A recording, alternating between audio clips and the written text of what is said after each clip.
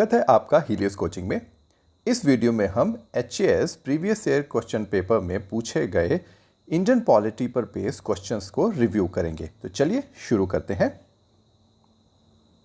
पहला सवाल है, who among the following was the constitute adviser to the constitute assembly?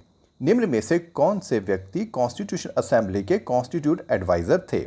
आपके ऑप्शंस हैं BR अम्बेडकर, KM मुंशी, राजेंद्र प्रसाद या D सर PN राव।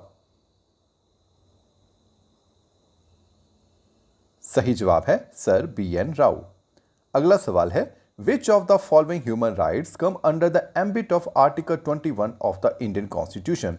निम्न में से कौन से फंडामेंटल ह्यूमन राइट्स, इनको फंडामेंटल आप कह सकते हैं, फंडामेंटल ह्यूमन राइट्स आर्टिकल 21 के अंतर्गत आते हैं? Right to shelter, right to pure drinking water, right to reputation या राइट टू प्राइवेसी। आपके कोड हैं जिसमें आपको देख के सही आंसर बताना है। A 1 and 4, B 2 and 4, C 1 3 4 या D 1 2 3 and 4। सही जवाब है D 1 2 3 and 4। ये चारों फंडामेंटल ह्यूमन राइट्स की कैटेगरी में आर्टिकल 21 के अंदर मेंशन है। अगला सवाल है, the central information commission falls under? Central information commission निम्न में से किसके अधीन आता है? Ministry of communication and technology, ministry of personal, ministry of human resource या डी मिनिस्ट्री ऑफ लॉ? सही जवाब है ministry of personal.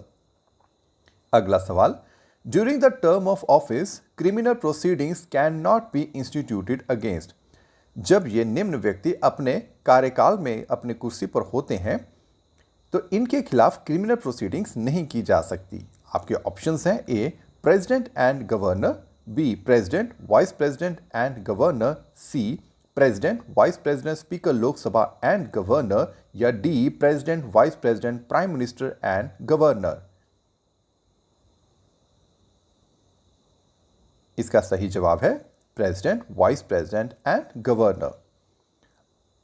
Helios coaching की 9 किताबें पब्लिश की जाती हैं और ये 9 किताबें HAS से लेकर क्लर्क तक के एग्जामिनेशन में आपकी सफलता का सच्चा साथी है।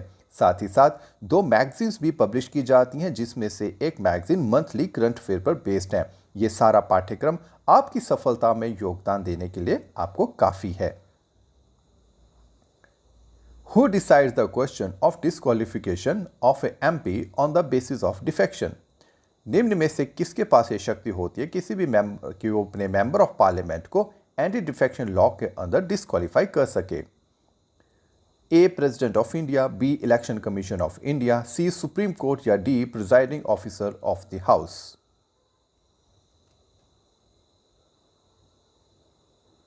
इसका सही जवाब है D presiding officer of the house. अगला सवाल लेते हैं, who has the power to declare a caste और ट्राइब एज ST और SC? Central tribal minister, president of India, parliament, chairman national commission for SC and ST।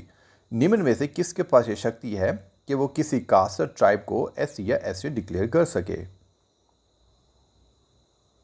इसका सही जवाब है प्रेसिडेंट ऑफ इंडिया। अगला सवाल, Who determines the area of Lok Sabha constituency for the purpose of elections? चुनावों की दृष्टि से ये किसके पास शक्ति होती है कि वह लोकसभा कॉन्स्टिट्यूएंसीज का मार्किंग कर सके? A president, B parliament, C sensor commission या D डिलिमिटेशन कमीशन? सही जवाब है D डिलिमिटेशन कमीशन। अगला सवाल, विच of the following statement is correct about NITI Aayog? इनमें से नीति आयोग के पक्ष में कौन सी स्टेटमेंट है?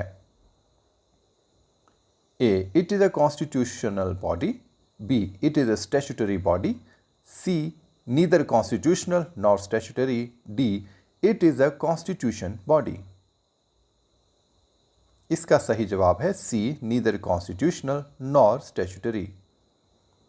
अगला सवाल लेते हैं, which of the following are all India services? Indian forest services, Indian foreign services, Indian police services या Indian revenue services? Options, 1 and 2, 1 and 3, 1, 2 and 4, 1, 2, 3 and 4।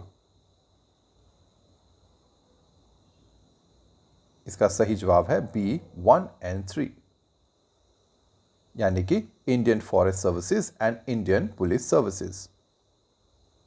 अगला सवाल लेते हैं। Which of the following committees recommended creation of न्याय पंचायत? निम्न में से किस कमेटी ने न्याय पंचायत के गठन की सिफारिश की थी? Ashok Mehta committee, LM. Singhvi committee, GVK. Rao committee, Balwant Rai Mehta committee. आपके ऑप्शंस हैं 1 ओनली, 2 and 3, 1 and 2 या डी 1, 2 and 4। इसका सही जवाब है सी 1 and 2। हिलिस कोचिंग के साथ जुड़ने के लिए आपका बहुत बहुत धन्यवाद।